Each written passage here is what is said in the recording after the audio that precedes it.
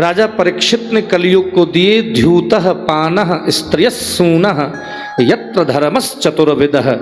4 जगह रह तू, जुए में, शराब में, हिंसा में और परस्त्री गमन में। 4 ही जगह है कलयुग। मेरी बहनें बहुत ध्यान से सुन रही हो तो एक बड़े काम की बात बता रहा हूं। 4 ही जगह है कलयुग। आज भी 5वीं जगह रहता ही नहीं है, इन्हीं 4 जगह है। और यदि हमारे जीवन में कलयुग आ गया है तो हमें ये चेक कर लेना चाहिए कि कभी न कभी हम इन 4 जगहों से जरूर गुजरे हैं। कभी न कभी, चाहे गलती में ही सही, लेकिन गुजरे हैं। कभी न कभी किसी न किसी छल के, दंभ के शिकार हुए हैं हम। कभी लोगों ने हमसे किया, कभी हमने लोगों से किया। कभी लोगों ने हमसे झूठ बोला, कभी हमने उनसे झूठ बोला। बोलते तो हैं। कभी किसी के बहकावे में ही सही कि चल भाई कुछ नहीं होता, सब चलता है, खाओ पियो मौज करो। हमने कुछ गलत चीजें खाई तो हैं। यस, कुछ गलत खा तो लेते हैं हम, चाहे बहकावे में ही सही, चाहे जोश में ही सही, चाहे आप उन्माद में ही हो, लेकिन कुछ अप्रिय खा लेते हैं।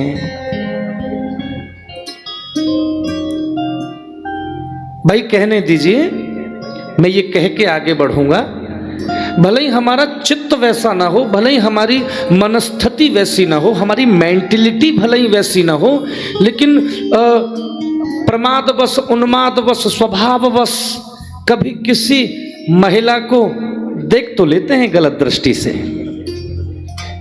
देख तो लेते। ऐसा कैसे हो सकता है कि पूरे जीवन भर नारी नयन सर जाहे न लागा?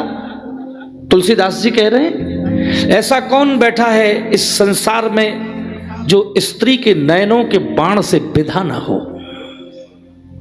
कोई बैठा है? यार क्यों झूठ बोलते हो? कभी ना कभी, चाहे मेंटलिटी वैसी ना हो, स्वभाव वैसा ना हो, लेकिन बहक तो जाते हैं हम। कभी तो हो जाते हैं, दाएं बाएं हो जाते हैं, तो फिर वहां से कलयुग ले आते हैं।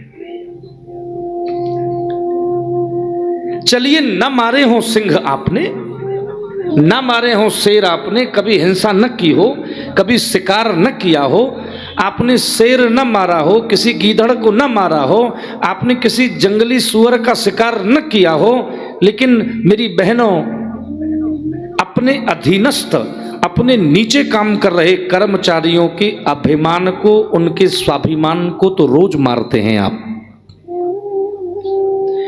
जो आपके दुकान पर काम कर रहे हैं, आपके लिए काम कर रहे हैं, आपके अधीनस्थ हैं, आपके नीचे काम कर रहे हैं, उनको बिना डांटे कहां रहते हैं आप? मैंने तो ऐसे ऐसे लोग देखे हैं कि जब तक अपनी बिल्डिंग के वॉचमैन को दिन में 3 बार डांट नहीं लेते, तब तक उनको ये फीलिंग नहीं आती कि हम बड़े आदमी हैं। जब तक ड्राइवर में 2-4 फटकार नहीं लगा लेंगे, तब तक कहां बड़प्पन मिल रहा है तुम्हें?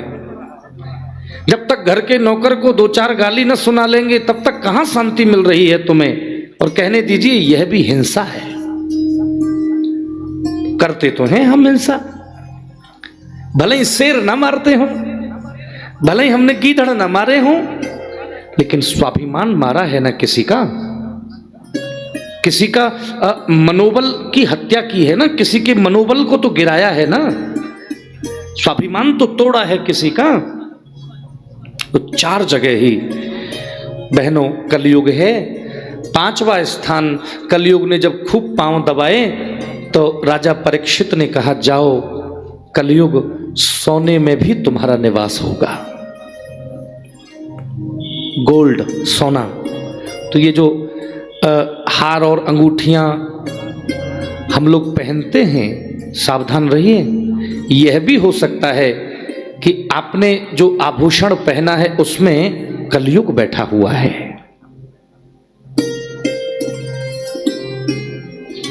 यह भी हो सकता है। लेकिन इसके 2 भेद हैं। एक धन जो नीति से आता है, और एक धन जो अनीति से आता है। नीति से जो धन आया और हमने खूब मेहनत करी, खूब हमने खून पसीना एक किया और नीति से हमने खूब पैसा कमाया और हमने अपने लिए एक सोने की चैन बनवा ली, तो उस सोने की चैन में तो बांके बिहारी ही रहते हैं। और कहीं से भ्रष्टाचार करके, चोरी करके, छीन के, झपट के, छुड़ा के, छिना के, भगा के, कहीं से आपाधापी करके और हमने खूब धन संचित करके और उसका सोना जब हम पहनते हैं तो व्यभिचार के, अनाचार के, पापाचार के द्वारा आए गए धन से बने हुए स्वर्ण में कलयुग का वास है। समझ गए ये बात? जो धन अनीति से आएगा वहां कलयुग है, उस स्वर्ण में कलयुग का वास है। शास्त्र कहते हैं, याद रखिए, शास्त्रों की चेतावनी है कि अनीति का धन, ये बात नोट कर लीजिए, अनीति का धन सिर्फ 10 वर्ष चलता है। कितने वर्ष? लिख के लेके जाइए ये बात। अनीति से कमाया हुआ ओनली 10 years, वो धन केवल 10 वर्ष चलेगा और 11वें वर्ष से उसका नाश होना चालू हो जाएगा। ये हम नहीं कह रहे हैं, शास्त्र कह रहे हैं। शास्त्र में लिखा है कि अन्यायोपार्जितम वित्तम 10 वर्षाणि तिष्ठति। अन्यायोपार्जितम वित्तम 10 वर्षाणि तिष्ठति, प्राप्ते च 11 वर्षे समूलम तद विनश्यति। प्राप्ते च 11 वर्षे समूलम, ध्यान से सुनिए, समूलम तद विनश्यति। अनीति से आया हुआ धन 10 वर्ष चलेगा, 11वें वर्ष में वो स्वयं तो नष्ट हो ही जाएगा, धीरे धीरे वहां से आपका गिरना चालू होगा। और न केवल धन नष्ट होगा, शास्त्र तो ये कह रहे हैं समूलम तद विनश्यति, वह धन तो जाएगा ही, तुम्हारा अपमान करा के जाएगा। कोई ऐसी सिचुएशन बनेगी, कोई ऐसी स्थिति बनेगी कि अपमानित होकर के तुम्हारे उस धन का क्षय होगा। और जो धन नीति से आता है वो अक्षुण्ण हो जाता है, अक्षय हो जाता है वो, क्योंकि न्याय से आया है, नीति से आया है। बहनों, थोड़ा बात को और लंबा करना चाहता हूं, तो ये बात ध्यान से सुनना कि जो अनीति से धन आता है उसका आपके संस्कार पर और आपकी संतान पर, दोनों पर बड़ा बुरा प्रभाव पड़ता है। अनीति से धन आया तो सबसे पहले आपके संस्कार बिगड़ेंगे, उसके बाद आपकी संतान बिगड़ेगी। कितने धनाढ्यों को जानता हूं मैं, कितने, क्षमा कीजिए, उनके बच्चों में संस्कार दिख नहीं रहे हैं। प्रणाम करना नहीं जानते उनके बच्चे, झुकना नहीं जानते। वो 16-17 साल में तो मर्सिडीज की चाबी मिल गई उनको, 20-22 साल में तो बड़े बड़े महंगे फोन उनकी जेब में देखे गए। जो नहीं देखा गया वो संस्कार, आचरण नहीं देखा गया। क्यों? क्योंकि पैसा तो बहुत कमाया। अनीति के धन का साइड इफेक्ट ही ये है कि वो संस्कार को बर्बाद करता है और संतान को बर्बाद करता है। संस्कार खत्म हो जाएंगे धीरे धीरे। आप देखिए, आपके परिवार से पूजा के, प्रार्थना के, अनुष्ठान के, व्रत करने के, ब्राह्मण सेवा करने के, अतिथि सेवा करने के, साधु सेवा करने के सारे संस्कार विलुप्त हो जाएंगे।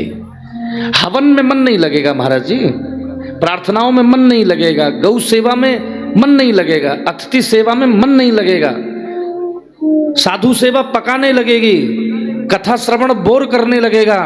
इसका अर्थ है कि आपके घर में अनीति से धन आ रहा है, अन्याय से कमा रहे हैं आप। तो संस्कार नष्ट होते हैं। और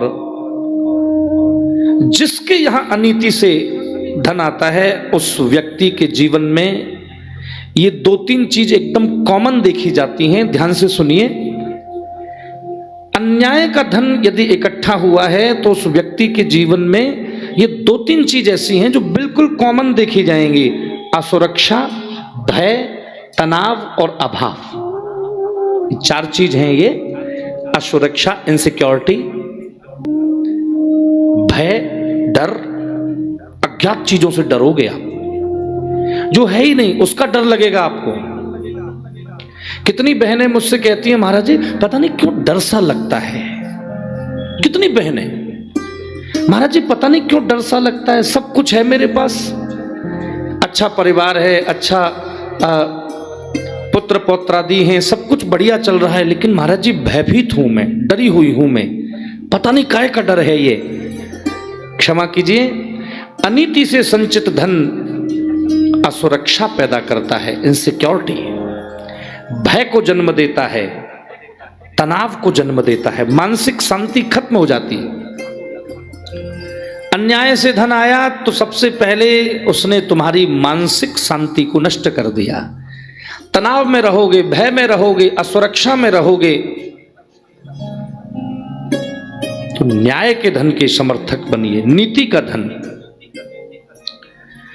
कहते हैं जैसे ही राजा परीक्षित ने कलयुग से कहा कि तुम सोने में जाकर के रहो, तो कलयुग ने मौका पाया और राजा परीक्षित के मुकुट में जाकर के ही कलयुग बैठ गया। और जिसके सर पे कलयुग आ जाए वो बताइए बिना गड़बड़ी किए रह सकता है? जिसकी खोपड़िया पे कलयुग आ गया वो तो गड़बड़ी करेगा, वो तो कुछ ना कुछ उछल कूद करेगा। राजा परीक्षित ने ध्यानस्थ समीक ऋषि का